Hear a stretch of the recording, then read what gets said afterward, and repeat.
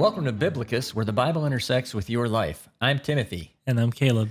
and you're listening to Bible Discussions, the forum where we discuss biblical topics that are relevant to your life. Today, we are continuing our series called Who is Jesus Christ and Why Do I Need Him? And we're going to be looking at the book of 2 Kings. We're going to talk about spiritual vision versus spiritual blindness. Now, we talked about 1 Kings in our last episode, so you know that 1 and 2 Kings actually make up the book of Kings in the Hebrew Bible, and it's part of the collection known as the Former Prophets, and this is the last session we'll have in the Former Prophets, which were Joshua, Judges, Samuel, and Kings. So we're going to focus directly in on the topic of spiritual blindness in this study, and Caleb, you're a historian, but can you tell us how spiritual blindness relates to biblical history? Yes. Well, as we've seen in our series, we can go back to episode 1. The Bible starts in darkness, right? The first thing God creates is light, and it ends in an eternal day. There's no sun in the city of New Jerusalem. John sees no sun because the Son and the Father are the light to the people. So, we've talked about, we keep bringing up when you're in a dark and hopeless place, God can see a way out even though you can't. Yeah, so you have the importance of vision or blindness, and you have the corollaries of light and darkness, and it's a theme that runs throughout the text of the Bible. That's right. And if you want to see more, you can, if you've missed it, you can go watch our episode 1 on the God of creation. We go into a lot of depth on that topic. Okay. I remember. Yeah. All right. So but to get back to history, we're going to look specifically at the prophet of Elisha in the book of 2 Kings and his ability to see things that nobody else could see, right? Yeah. Sorry. So Elisha, he came after the prophet Elijah. That's not that's confusing at all.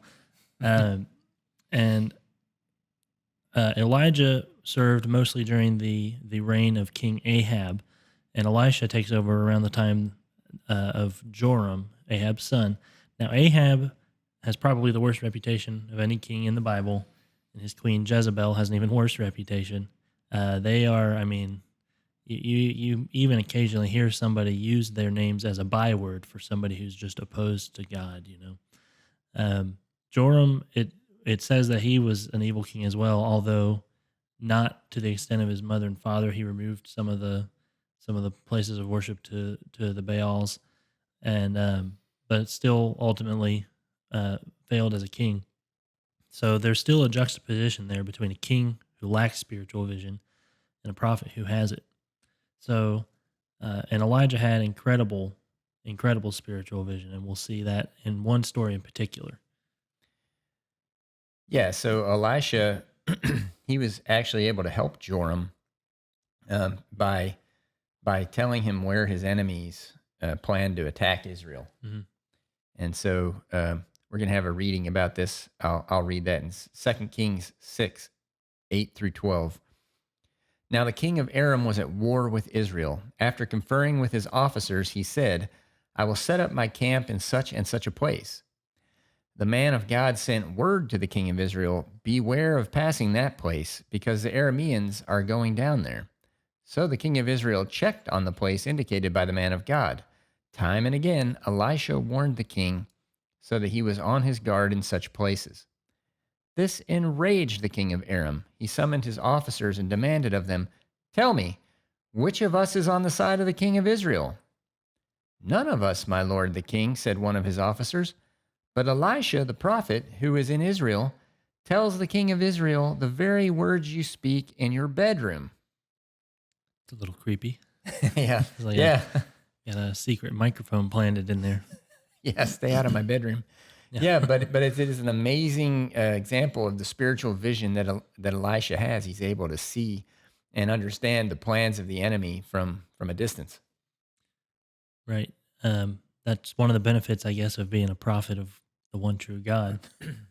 Yeah, that's a good and so, one. yeah, obviously the king of Aram is just he's so frustrated. It's him. Somebody's conspiring against him. So once he's told that it's a prophet who has a direct line to God, and God's telling him where everything is, and then he's telling the king of Israel, the king of Aram comes up with a brilliant plan. Oh, it's an amazing plan. Yeah, well, here it's in 2 Kings 6:13 and 14. It says, "Go find out where he is," the king ordered, "so I can send men and capture him." The report came back, "He is in Dothan."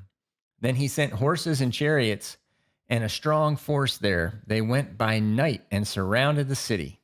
Yeah. So this guy is thwarting my every move, and I've just been told he has an infallible source of his wisdom, which is God. So my plan is to try to capture him because he'll Yeah, never see it coming.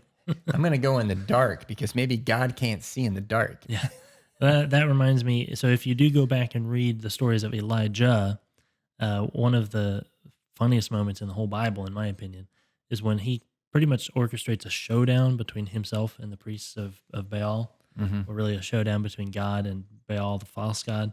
And he has two altars prepared with a bull on each, and he gives the priests of Baal all day. They have hours to try to get. They can't. The trick is you can't light the fire yourself.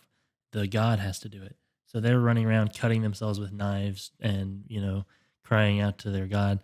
And Elijah mocks them, saying, "Oh, maybe he's on vacation. Maybe he's in the bathroom." And this is like sounds like that king is thinking the same way. Elijah's joking, but these people who believe in false gods, in less, even if those gods were real, what they believe in is a lesser god.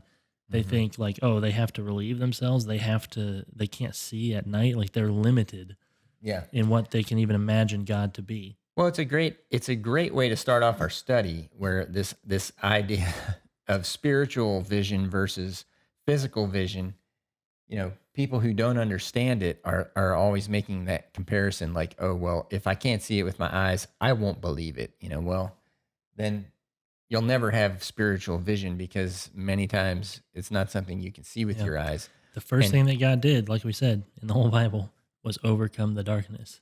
that's So right. it shouldn't be too challenging for him. No, not that he needed to have light in order to know what was there, but we do. Now, yeah, this does rank up there with maybe one of the dumbest plans of all of all time. I'll sneak up on the guy that can see everybody's plans before they make them. Yeah. Okay, good plan.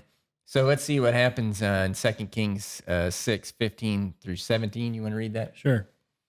When the servant of the man of God got up and went out early the next morning, an army with horses and chariots had surrounded the city. "Oh no, my lord, what shall we do?" the servant asked. "Don't be afraid," the prophet answered. "Those who are with us are more than those who are with them." And Elisha prayed, "Open his eyes, Lord, so that he may see." Then the Lord opened the servant's eyes, and he looked and saw the hills full of horses and chariots of fire all around Elisha. Yeah, so this should be a lesson to us all that there are things that we can't see with our eyes, even in broad daylight, right? Mhm. Um, Now, these are spiritual things, and God can open our eyes to them, like He does in the case of Gehazi here, Elisha's servant. So um, we need to recognize and understand and believe that there are things that our eyes will not reveal to us. Yeah, and this ties in really well. You're talking about a spiritual reality versus what we see in the physical realm. Ties in well to the last lesson about the temple, because we talked a lot about how the temple and its physical presence and the rituals that were done there are a physical reality that represent the spiritual reality, which is God's relationship with his people. Yeah. And we saw the Pharisees lose sight of the spiritual significance and just cling to the physical reminders of it, to the point where they destroyed the joy that the people were supposed to have in the temple. And many of these things we want to see with our eyes are things that we already know in our heart and even in our mind, in our soul, in our spirit that are already true. For instance, we know that God is greater than his enemies. So when we see an army, a big army coming against us like Elisha's servant did, well, that certainly is something terrifying to see with your eyes. Mhm.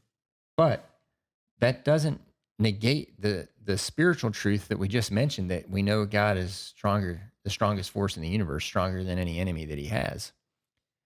Yeah, and it can be in a more practical application to your life. It can be difficult sometimes to feel close to God as even as a Christian, especially if you fall into sin or you're just going through Mhm. a depression or a rough patch in your life. But God didn't promise that He would be with us whenever we feel that He's with us. Jesus said He'd be there wherever two gather in His name. Anyone who puts on Christ in baptism, right, has God dwelling in him. So, so sometimes it's a reality, like you were saying. We know these things, even if we don't see it or we don't feel it.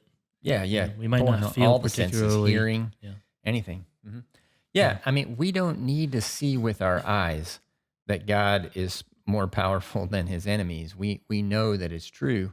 That's almost part of the definition of who God is. But you know, being able to see, true spiritual vision is being able to see things that are not visible, and that is what we call faith.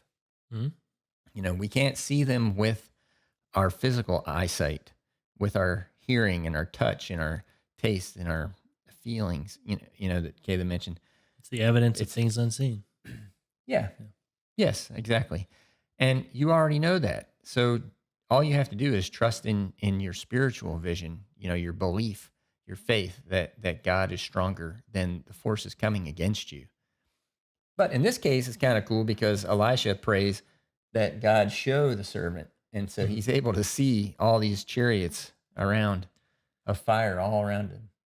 Yeah, and we probably are going to be quicker to think of ourselves in the shoes of the servant there in his position. Elisha kind of got lucky. He got a big, huge blessing before Elijah died. He asked Elisha what he could do for him, and he asked for a double portion of Elijah's spirit. So basically, the spirit of God would come on him twice as strong. So he's getting a lot of help from from the Holy Spirit, but so can we. So can we as Christians. Well, that was one of the things that that he told Elisha at that time. Elijah told him, "Well, if you see me leave, then that'll prove to you that you have Hmm. Yeah, that what you yeah, asked for." And what he sees is a chariot of fire taking him. And so, what does he show Gehazi here? But us chariots yeah. That's of true. fire all around. So he's, Maybe that's all you see with the vision is just chariots of fire. I guess so. Yeah, I've that's a seen the movie, it's a so good movie. Yeah. I must be good. So, but now so think of this spiritual vision as faith and belief. Now, in Second Kings 6, verse 18, it continues. It says, "As the enemy came down toward him, Elisha prayed to the Lord, 'Strike this army with blindness.' So he struck them with blindness as Elisha had asked." Now, this is kind of interesting because it's showing this contrast between spiritual vision that she gives to his servant, Yeah, and two then verses later.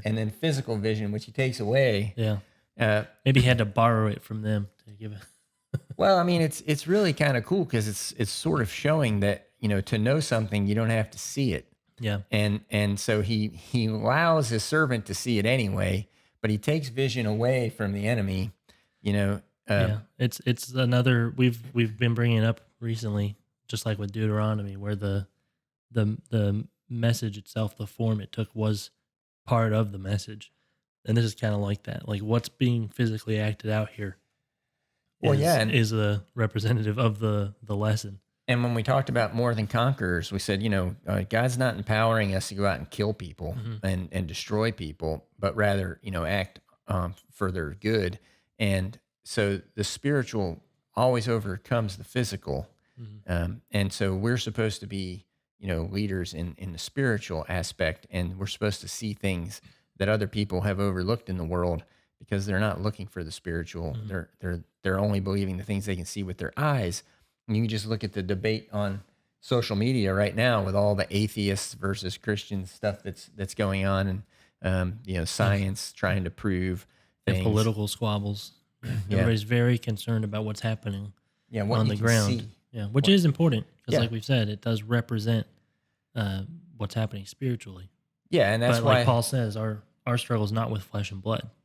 And the fact that Elisha is able to overcome these troops with physical blindness in a spiritual way is an indication that he's in the right there, and they are not Mhm. spiritually in tune.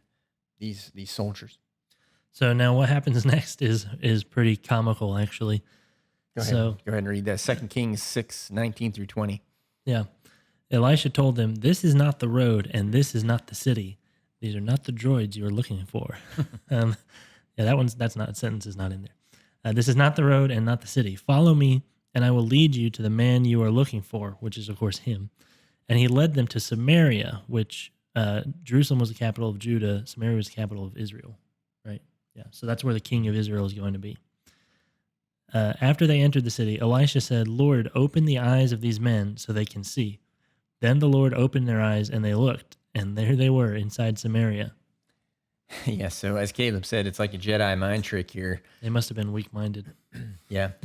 Oh, well, spiritually they were right. They had weak eyes spiritually, but you get this feeling that Elisha is actually doing something more like AR here instead of blindness. It's like a altered reality, Yeah, and they are seeing what he wants them to see, and they're following where he wants them to follow, instead and what God wants them to see, and then he leads them right into the enemy's lair, and he right. And restores their physical sight. Right. and look at the king of Israel's response. We mentioned that he's I guess not as bad as Ahab, but still he doesn't get painted in a positive light. Look at his question here.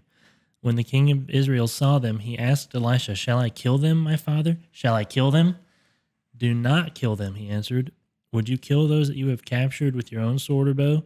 Set food and water before them so that they may eat and drink, and then go back to their master."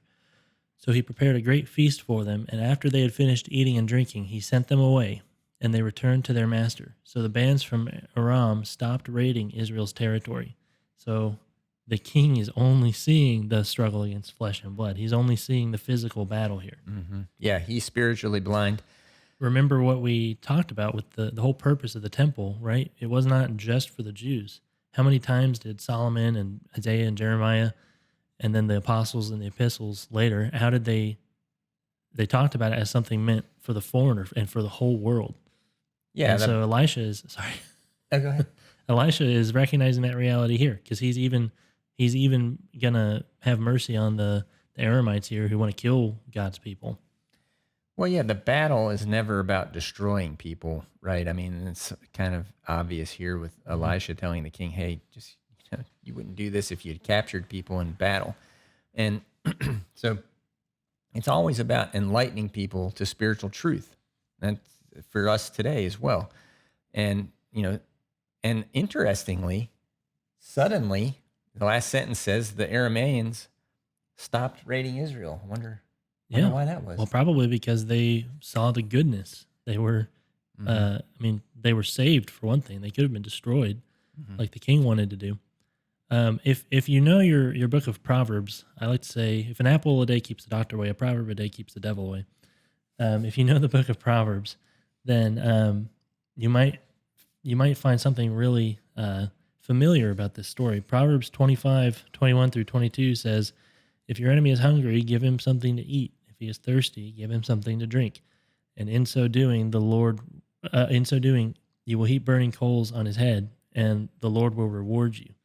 And that's exactly what plays out here. So I guess Elisha was reading his Proverbs because that probably was written before him. Well, and also you see that the Arameans were given spiritual understanding. Yes. They they had their vision, their physical vision taken away from them and then restored. I think that gave them time to reflect internally. you know, Hmm. while they couldn't see their surroundings or their surroundings weren't what they thought they were, Yeah. and they realized, oh, there's a spiritual reality here that I was ignoring, and now I see it. And then Israel's blessed by this enemy not just being destroyed, they actually now respect them. So and I wanted to tell a story here from um, more recent history. That's another perfect illustration of this. There was a general, a marshal of Napoleon's in the French army, whose last name was Bernadotte, and he was the marshals were like uh, Napoleon's most trusted generals. They could be trusted to operate an army without him.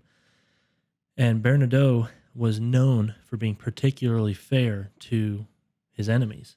He restrained the French army from looting and pillaging particularly well. It's very hard to do when you have an army of like 50,000 guys and then they win and now they want to go crazy and pillage the countryside, pillage the town.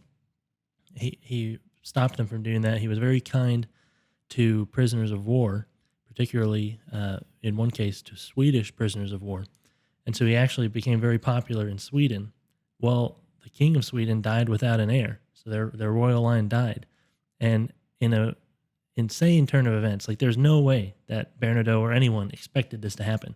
They decide to elect not a Swedish person to be their king. They decide to elect him, a French general who's their enemy. Hmm. And they send word to him. They send word to Napoleon, and Napoleon eventually agrees. And Bernadotte goes and becomes king of Sweden, changes his name to like I think Karl Johan Bernadotte, and his descendants are still the constitutional monarchs of Sweden today, which is just crazy. You wouldn't think that would happen, but it's another playing out of this exact story here because he showed kindness to his enemies rather than taking advantage of them. He was blessed even by those enemies. So the bands of raiding Swedes never came back to France. Yeah. Well, that probably wasn't going to happen anyway.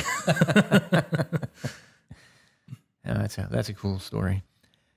So that's going to be our Old Testament takeaway. We've gotten to that now, and that's going to be spiritual blindness is believing only what you can see with your own eyes, but spiritual vision is believing what you cannot see with your eyes. Right. Yeah, there is a real spiritual battle happening right now, but God is winning it. In fact, has already won it. Yeah. Yeah. And when we know that that's true, so why is it so hard for us to see that when we see world events and other things in our eyes that scare us or frighten us? Well, it's we inhabit physical bodies, so it's easier to see the physical. It's easier to get distracted with that. Yeah. But if you already believe that God is the greatest power in the universe, what more do you need to see, to understand or believe that, Hmm. right? If you know that it's true, there's nothing else you need to see. So that's where that faith, faith in God, faith in his power, faith in his justice and his righteousness, that good always triumphs over evil and that God is actively at work in the world. Those are things that we believe through faith, and nobody has to show it to us. Hmm. And you can become the king of Sweden. Well, not sure about that one, but anyway.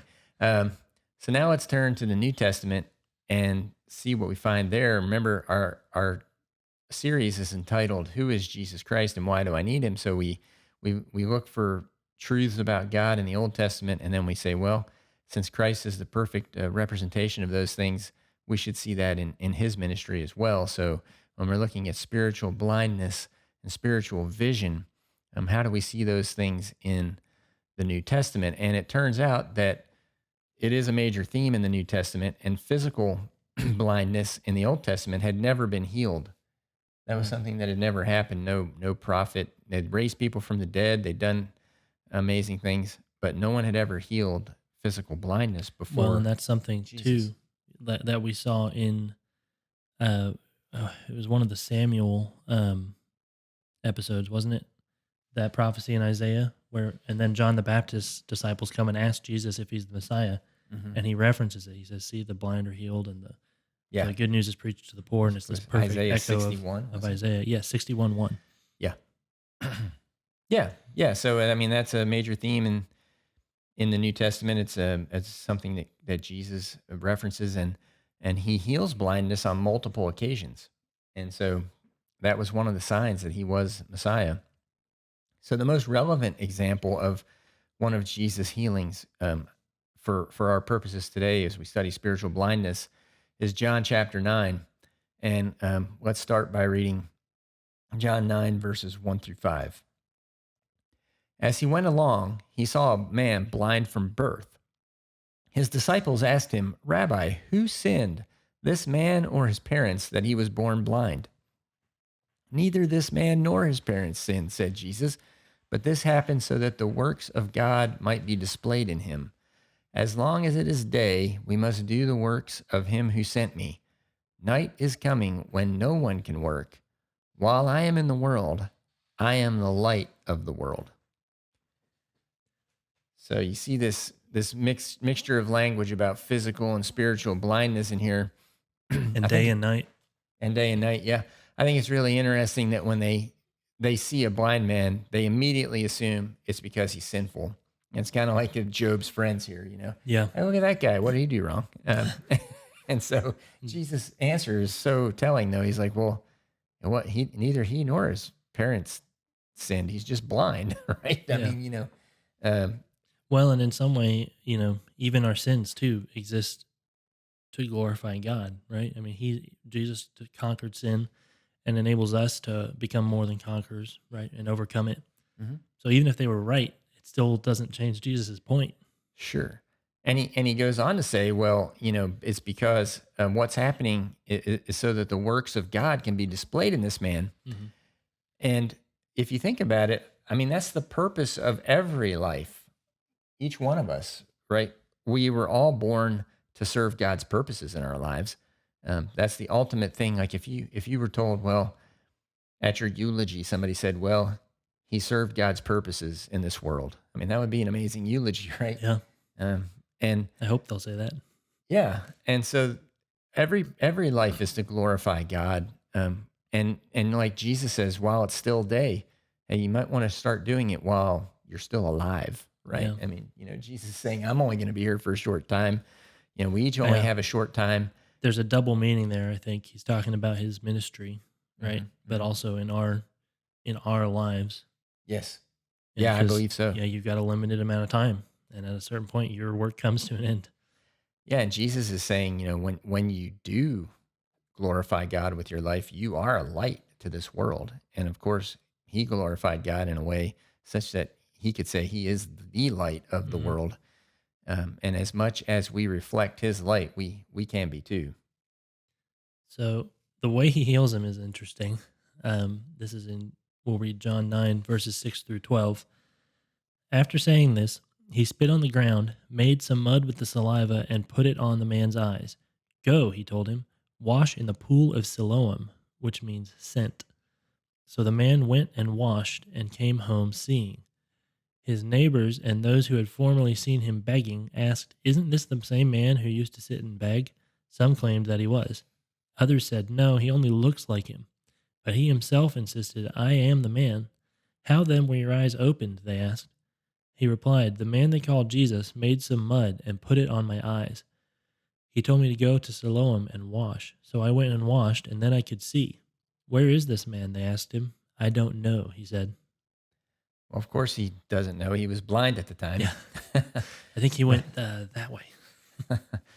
But yeah, this whole idea of spitting on the ground and making mud and being a violation, of the Sabbath, because if you spit and this was the teaching of the times, if you spit on the ground and it rolled, and that would be like making a furrow, so that would be like plowing, and then then you're making mud, you're doing something creative on the Sabbath. So everybody was kind of trying to figure this out, like what was this guy doing, and so when somebody finds out that he made some mud on the Sabbath, they immediately run off to the Pharisees to let them know what's going on. So um, that leads to this interrogation by the Jews because of this. So I wanted to point out there too, Mhm. when the people in town they see the man, they're asking, is this the same guy who was blind? Some of them go, no, he only looks like him. Like that's that's almost a pun right there. Yeah, that is kind of funny, and Now, also he didn't used to be able to look. So yeah, it's like plus a refusal to even see the physical reality now. plus it probably implies that he was bright eyed and happy now, Yeah, and then in yeah, a way such that they'd a never seen him. transformation. Yeah, Yeah. But they're not even acknowledging the physical reality before their eyes at that point. Yes. So it says in verse 13, they brought to the Pharisees the man who had been blind. Now, the day on which Jesus had made the mud and opened the man's eyes was a Sabbath. Therefore, the Pharisees also asked him how he had received his sight. He put mud on my eyes, the man replied, and I washed, and now I see. Some of the Pharisees said, this man is not from God, for he does not keep the Sabbath. But others asked, how can a sinner perform such signs? So they were divided. Then they turned again to the blind man. What have you to say about him? It was your eyes he opened. The man replied, he is a prophet. Yeah. So, in all of this amazing stuff that's happening, all the Pharisees can see with their eyes is what day of the week it is. Yeah. You know, and it's interesting. I thought the way this is written, it's not quoting the Pharisees, but while they're interrogating him in verse 17, it says, "Then they turned again to the blind man." You know, Yeah. But it's the only yeah. place after his healing that they call him the blind man. Right. Well, Yeah. and He's not blind anymore. yeah, he's not blind. What blind man? So they can't even see that the guy isn't blind anymore. I think that's why it's written that way, sort of implying, well, from their perspective, he's still the blind man. They're not He accepting doesn't it. agree with them, so he must be. That's true. Yeah. Yeah. So so the Pharisees are going to get to the bottom of this. Well, we better get the guy's parents in You're here. going to get to the bottom of something. Yeah, we better get the guy's parents in here and see what's going on. So, John 9, again in verse 18, it says, they still did not believe that he had been blind and had received his sight until they sent for the man's parents. Is this your son? They asked. Is this the one you say was born blind? How is it that now he can see? Well, we know he is our son, the parents answered, and we know he was born blind. But how he can see now, or who opened his eyes, we do not know. Ask him. He is of age, and he will speak for himself. His parents said this because they were afraid of the Jewish leaders who already had decided that anyone who acknowledged that Jesus was the Messiah would be put out of the synagogue. That was why his parents said, he is of age. Ask him. That's kind of weird. Like it says they didn't believe until they asked his parents, but then his parents are really vague about it. Yeah, but now they know it's true, right? Now they do believe that it's true. Yeah, that his sight was restored. Yeah, that's true. Yeah, but they're still ignoring it. Yeah. Well, the parents are too. They're afraid. They don't want to face the reality because they're afraid of the presence of the Pharisees. Well, they know that the Pharisees are spiritually blind. They know that even knowing the truth, right, which is what we said before, you don't have to see some things to know them. They know before anybody shows it to them that the Pharisees are going to throw them out of the synagogue if they side with Jesus. Yeah. So they believe there's something they believe in, but also they know that the Pharisees don't care what the facts are, even though they now know that the guy was blind and can see, that they're bent on, doing what they're going to do regardless of what they see. Yeah, anyone who acknowledges Christ, doesn't matter the context. They're just that's their focus, is just opposing Jesus really at this point. Yeah, and doing it on the Sabbath, that was unforgivable, but like Jesus has said in some places, like in Mark 2, he talks about, well, the Sabbath was made for man, not man for the Sabbath. So the Son of Man is Lord even of the Sabbath. And that whole idea of, well, if an animal falls in a pit on the Sabbath, I'm going to pull it out, right? Yeah. I'm the Son of Man. I'm not going to not help someone I can help just because it's the Sabbath. And we also know from our study of Hebrews 1, verse 3, earlier in our series, that Jesus sustains the entire universe with his powerful word. 24 hours a day, 7 days a week, Jesus has to sustain the universe. If he ever stopped, we'd be in big trouble. Yeah, if he takes a Sabbath off, then... Yeah. So it's a lack of understanding of God's function, in the universe, to think that he stops doing good on the Sabbath. But at any rate, this is where we are. Because it was the Sabbath, we have to get to the bottom of this and find out how we can prove Jesus did something nice on the Sabbath. So they decide to talk to the man again. This is going to be humorous. So in John 9:24 through 34, you want to read that? Sure. A second time, they summoned the man who had been blind. Give glory to God by telling the truth, they said. We know this man is a sinner. He replied, whether he is a sinner or not, I don't know. One thing I do know, I was blind, but now I see. Then they asked him, what did he do? How did he open your eyes? He answered, I have told you already, and you did not listen. Why do you want to hear it again? Do you want to become his disciples too? Then they hurled insults at him and said, you are this fellow's disciple. We are disciples of Moses. We know that God spoke to Moses, but as for this fellow, we don't even know where he comes from. The man answered, now that is remarkable. You don't know where he comes from, yet he opened my eyes. We know that God does not listen to sinners. He listens to the godly person who does his will. Nobody has ever heard of opening the eyes of a man born blind.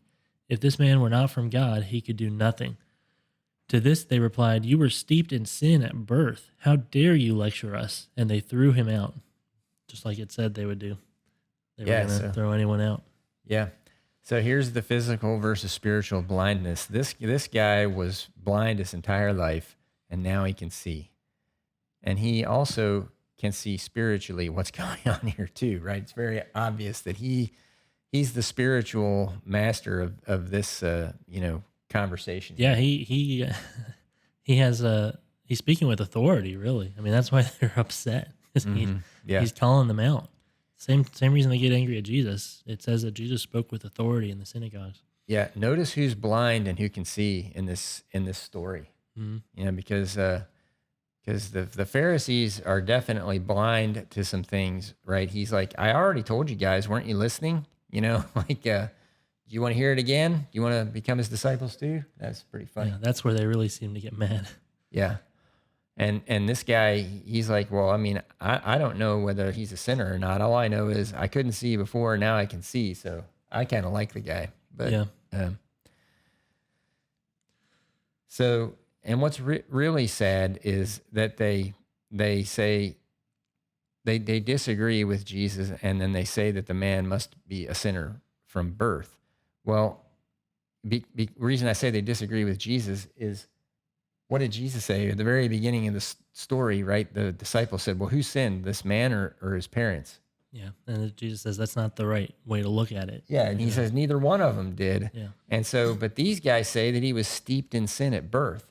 So they lack that spiritual understanding too. They think that, well, just your physical vision and your spiritual vision are the same thing. You must be a sinner. Yeah, they're focusing on the physical manifestation too much. That physical blindness must be a punishment for spiritual shortcoming. Yeah, and they're so in tune with their own way of seeing things that they aren't open to the spiritual truth, and so they're spiritually blind in that regard. So we're going to wrap the story up here with this man. Jesus seeks out the guy after he gets thrown out, because the last thing we read there is they threw him out of the synagogue. Mm-hmm. So in John 9:35-41, Jesus heard they had thrown him out, and when he found him, he said, do you believe in the Son of Man? Who is he, sir? The man asked. Tell me so that I may believe in him. Jesus said, you have now seen him. In fact, he is the one speaking with you. Then the man said, Lord, I believe, and he worshiped him.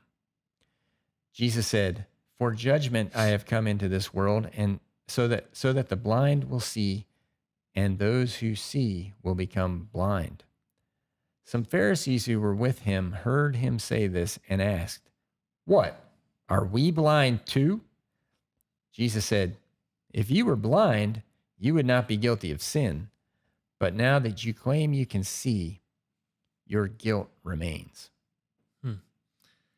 Yeah, that reminds me a lot of a passage in Romans where Paul talks about the law, how the law, knowledge of the law condemns. In Romans 2, he says, for it is not those who hear the law who are righteous in God's sight, but it is those who obey the law who will be declared righteous. And then in chapter 2, verses 17 through 24, he says, "Now you, if you call yourself a Jew, if you rely on the law and boast in God, if you know his will and approve of what is superior because you are instructed by the law, if you are convinced that you are a guide for the blind, a light for those who are in the dark, an instructor of the foolish, a teacher of little children, because you have in the law the embodiment of knowledge and truth. You then who teach others, do you not teach yourself? You who preach against stealing, do you steal?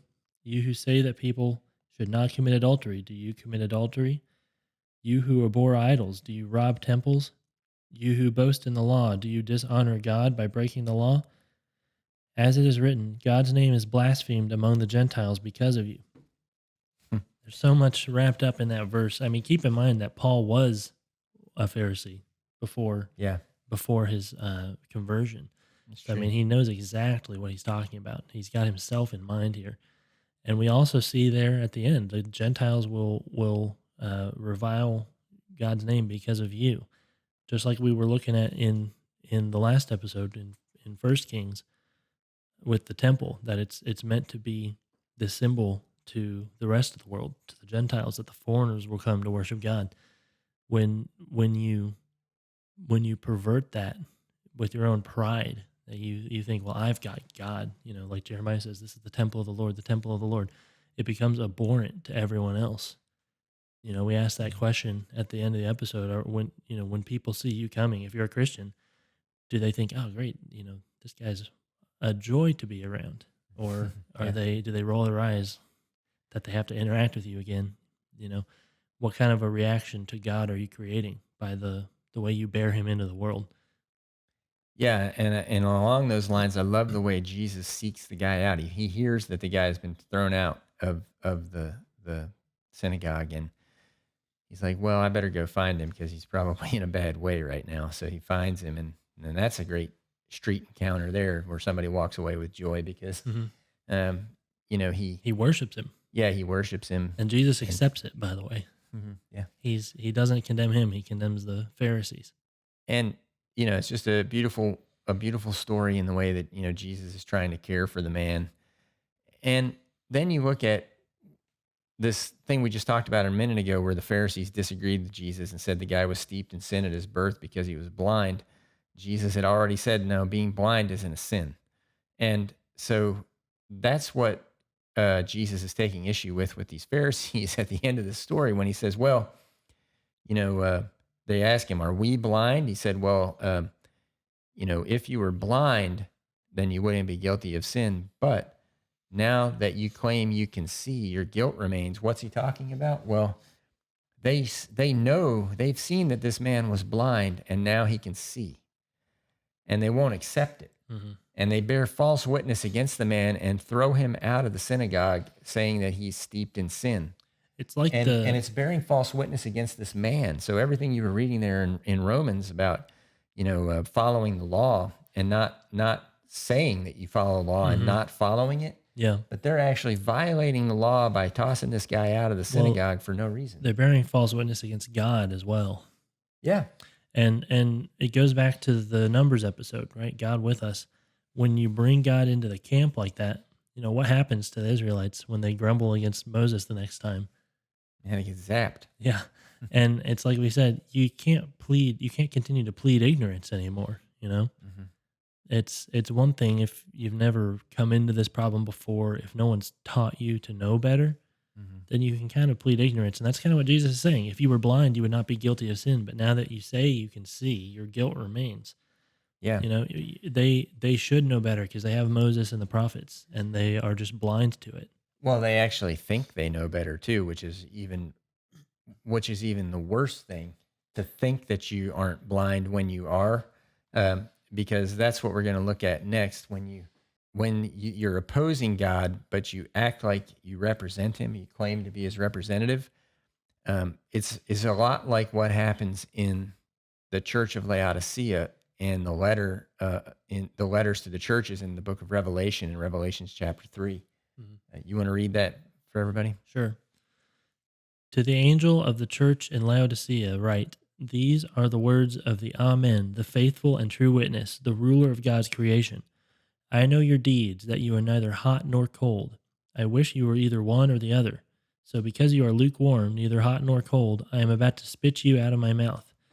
You say, I am rich, I have acquired wealth and do not need a thing. But you do not realize that you are wretched, pitiful, poor, blind, and naked.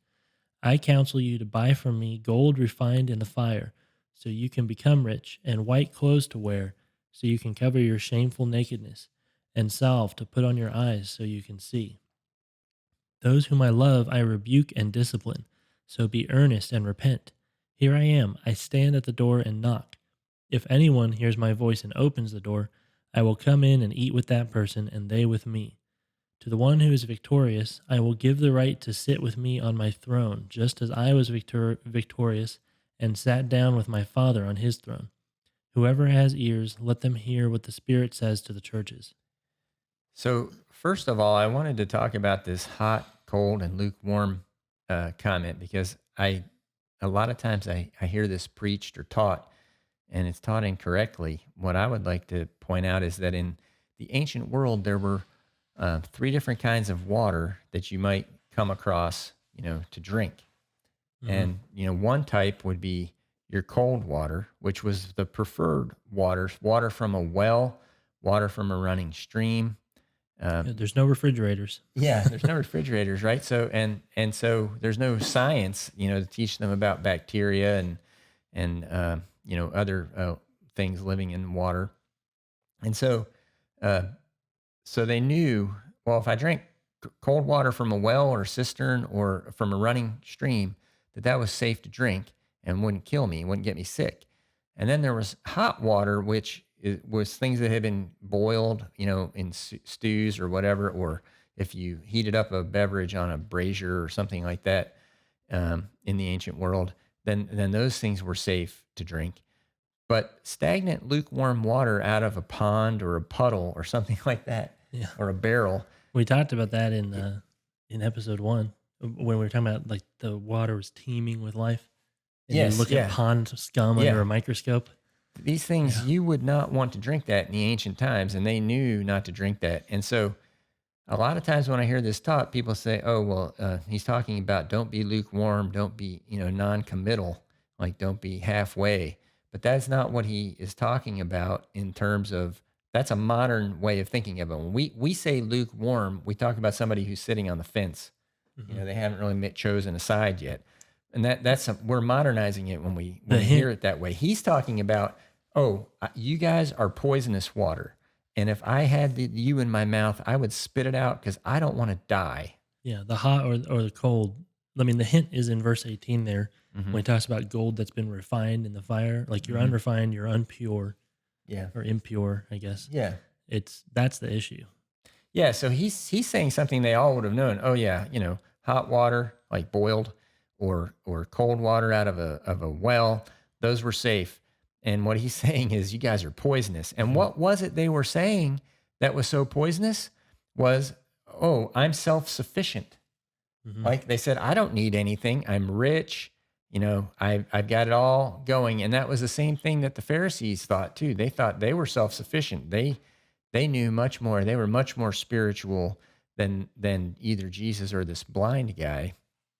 You know. That's what they thought. Yeah, Yeah. it's. I mean, this is taking the Lord's name in vain right here. I don't know if you've seen. I think it's a conversation with Jordan Peterson and Dennis Prager, or it might be on that big Exodus thing that Peterson did.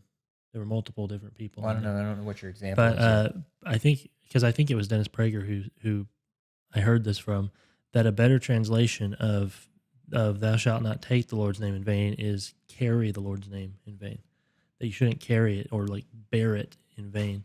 And Mhm. we tend to think of it, at least in you know contemporary the American South. We think taking the Lord's name in vain is you stub your toe or something. You're like, oh my God, like that's fair. Like that's probably not the best response you should have to surprising things or shocking things, But I think what's more criminal here is I mean it's just like in First Kings with the temple. I mean, no wonder that it's just one book in the Hebrew Bible. It really, it's really just the same idea. When we saw God talk about that whoever desecrates his temple, God will destroy that person. He's not just talking about the physical. Like the Pharisees already desecrated it spiritually because they lost sight of the spiritual reality. They were spiritually blind, and they're taking his name in vain because they're saying, "Well, we have God. This is the temple of the Lord, the temple of the Lord," Yeah. and they're just using it to serve their own pride. So they're carrying the name in vain. Yes, I agree. That's a good way of thinking of it. And the sad thing is, and the reason I wanted to read this letter to the Laodiceans is that the Pharisees think that they represent God, Hmm. but they don't. They think that they're the representatives who have it all right, but they aren't.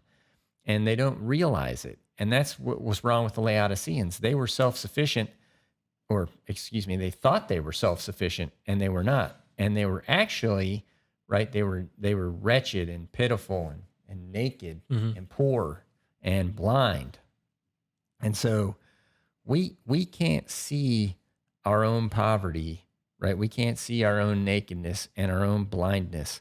And that is what our problem is. That was what the problem was with the Laodiceans.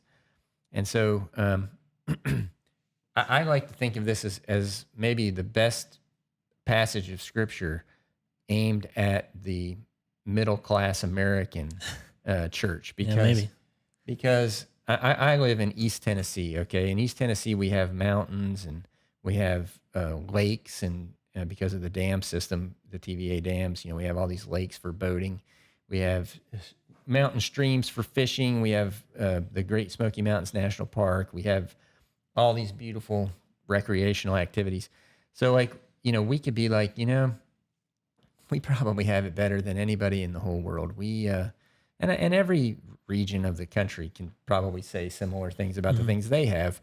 We have all these things, and we're Christians, and we understand that they're from God, and we thank Him for them. And, you know, we might be the best Christians ever. I think we're Well, that's just like probably the best ones. the two prayers that Jesus juxtaposes, right? The prayer of the Pharisee who says, "God, thank you for not making me like this sinner," Yeah, yeah, and then the tax collector who comes in and cries out for mercy.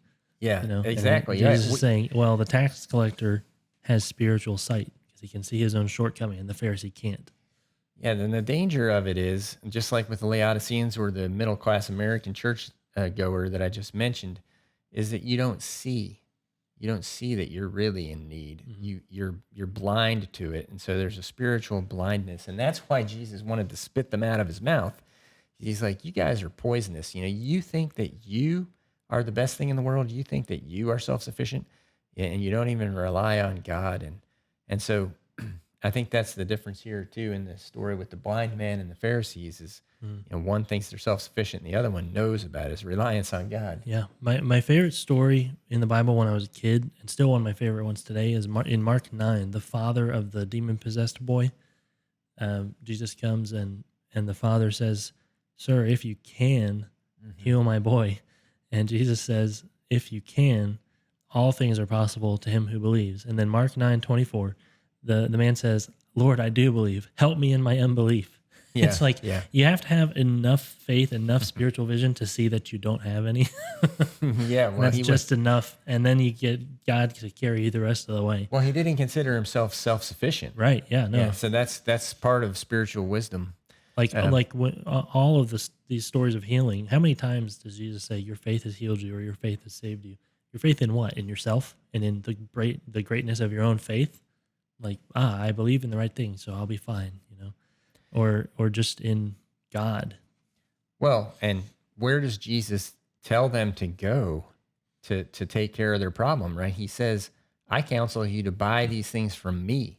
Hmm. Come to me for your clothing. Come to me for your wealth. Come to me for salve for your eyes, and so on." And so he's calling us back to him for the true source of spiritual blessings and fulfillment and vision.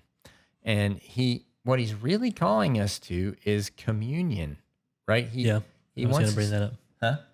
I was going to bring that up in verse 20, where he says, "If anyone hears my voice and opens the door, I will come in and eat with that person, and Hmm. they with me." And that's the communion feast right there. Yes, it is. And so I love that. And so this is, we already made it to Revelation, in this story about spiritual blindness, feelings of self-sufficiency. The only way to combat that is to come into communion, close communion with Jesus Christ and rely on him, for the spiritual vision uh, that we need in our lives and spiritual fulfillment. Mhm. So, I also think this promise right at the end there of that passage in Revelations, to the one who is victorious, I will give the right to sit with me on my throne. That's insane. I mean, the Pharisees are ready to stone Jesus when he talks about sitting at the right hand of the Father. How much more would they like to hear him? I mean, you'd think they would because they're so full of themselves, but how much more would they freak out if he said, that a human can, of course, they think he's a mere human, but if he's saying, all these people, all of God's people will have the right to sit on his throne with him, that's such a huge promise. yeah, he'd be like, whoa, whoa, okay, 5 seconds, that's long enough. You're getting a little crazy. Okay, yeah, but that's true. Yeah, we get to share That's in. one of the things. That's such a perfect illustration right there. The Pharisees are so blind. They are so proud of themselves, and it makes them blind that they actually limit their own imagination. They don't even realize the joy and the fullness of the glory and the relationship that God has in store for us. Well, If you told them you'll get to sit on God's throne with him one day, they would smack you in the face. they need to see. They need to see that physically. They want to see physically these things. That's why Yeah. they're asking. That's why they're holding a criminal court here and trying to bring in witnesses and find out what happened, so they can't just see the spiritual truth of the matter. Is that a man who was born blind now sees? Right, and that's also what they're looking for in the Messiah, right? We've talked about that in the More Than Conquerors episode. They think the Messiah is going to come lead a physical army to overthrow Rome and Well, restore the and that's kingdom. and that's why we start in the Old Testament, because what's going on in the Old Testament? A big giant army's coming in, Yeah, and Gehazi's like freaking out. Oh, we're surrounded, and Elijah's like, that's interesting. He's like, check this out. Whoa, there's yeah, more of them than there are yeah. of our enemy, and he's like, yeah, I know. The Pharisees are thinking the same thing, that they're surrounded by Rome, and they are. Hmm. And what ends up happening? The church peacefully and with Christ's blood and the blood of its martyrs ends up proselytizing the entire Roman Empire. Yeah, why wasn't there a Pharisee saying, "Hey guys, what about Elisha and the Arameans? Why don't Yeah, sure, we're surrounded by Romans, but Hmm. we are greater than they. Where's that guy?" So anyway, Jesus. The big point though is that Jesus wants to be in communion with us, and he wants us to open the door to him. He wants us to invite him into the Hmm. communion, to share that meal with him. So uh, one last thing to think about. This is extra biblical. This is just some questions to think about. But but consider your physical vision, right? I mean, I know it's precious to all of us who have our physical vision. And how much do you value your eyesight? I mean, what kind of price tag would you put on that? Well, it's like our family, our whole family's favorite comedian, Brian Reagan, when he does his optometrist bit. He's like, "How is that not at the top of everyone's priority list?" Yeah, Like, that's I'm too busy. I don't have time to see clearly. I can't do it. yeah.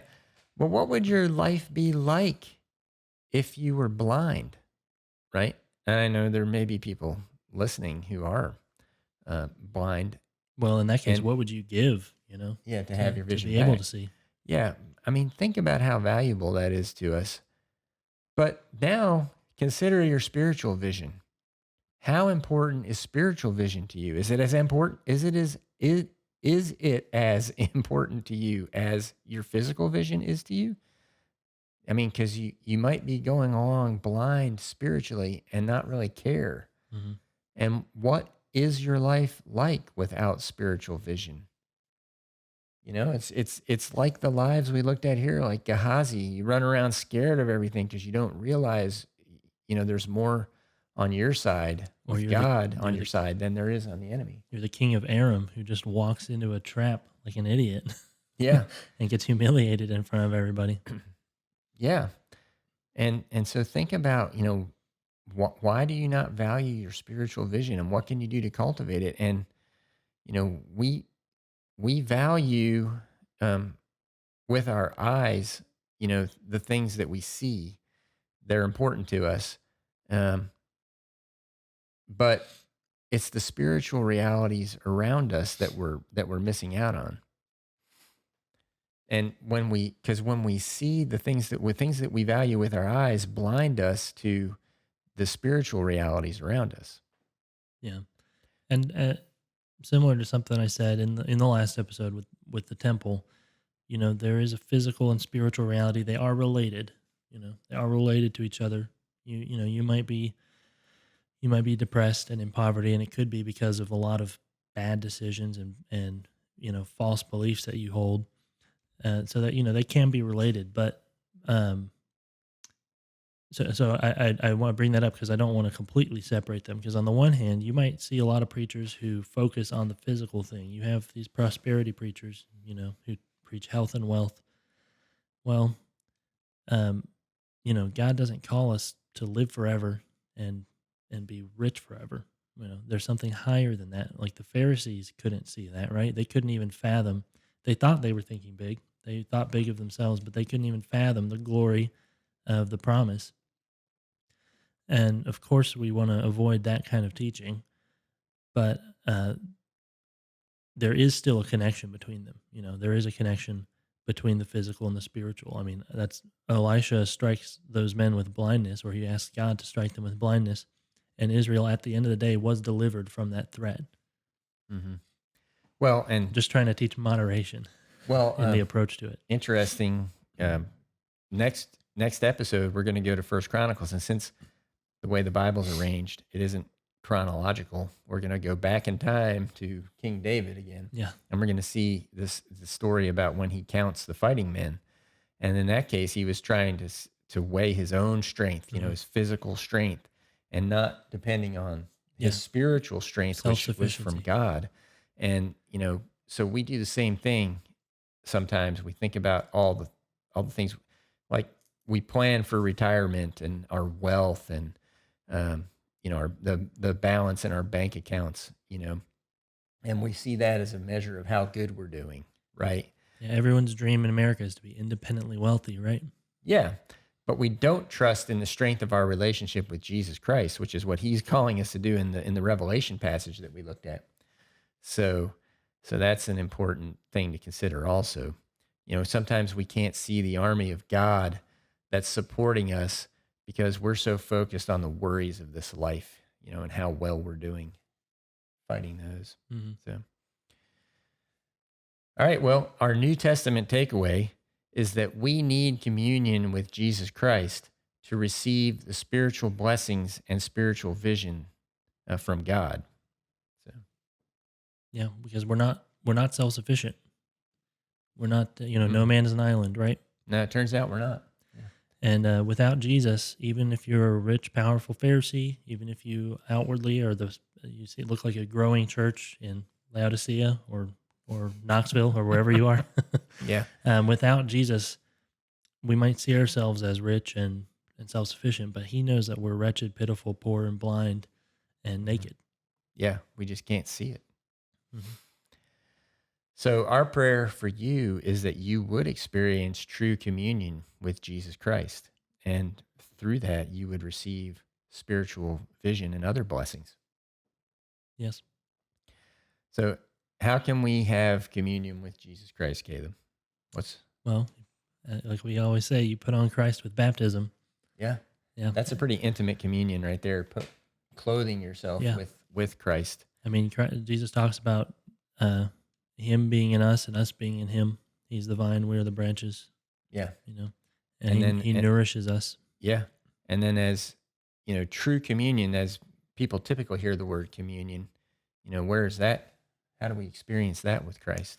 That's in the church, in the Mhm. body of believers. Yeah. Yeah. So And find a it's body of believers and be a part of a church and share in the communion horizontally right. with Yeah, other there's two people. aspects of it, Hmm. Yeah. just like a cross. That's right. Yeah. You experience that communion with Christ, but also with other people, and you learn to love other people the same way that Christ loves you.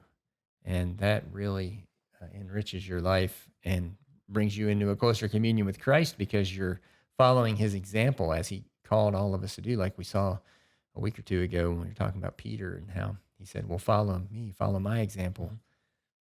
Yeah, that's where you'll find joy, like we see with the blind man, the sheer joy that he has, no matter what the Pharisees say, the joy that the house of the Lord is meant to give. It's where you find that's where you have the feast with Jesus that he promises in that Revelations passage. Anyone who opens the door to him, he'll feast with them. And it protects you from feeling self-sufficient, Hmm. deluding yourself, into tricking yourself into not using your spiritual vision to see that you are really naked and blind and poor and wretched. You know, Hmm. when you trust in your own Yeah, strength. communion. I mean, if we were self sufficient, we wouldn't need communion. It means Yeah. union with. That's what the Mm, breakdown of the mhm, mhm. word, the roots of the word means. You have to be in union with Jesus and with other believers because we're just not self sufficient. Yeah.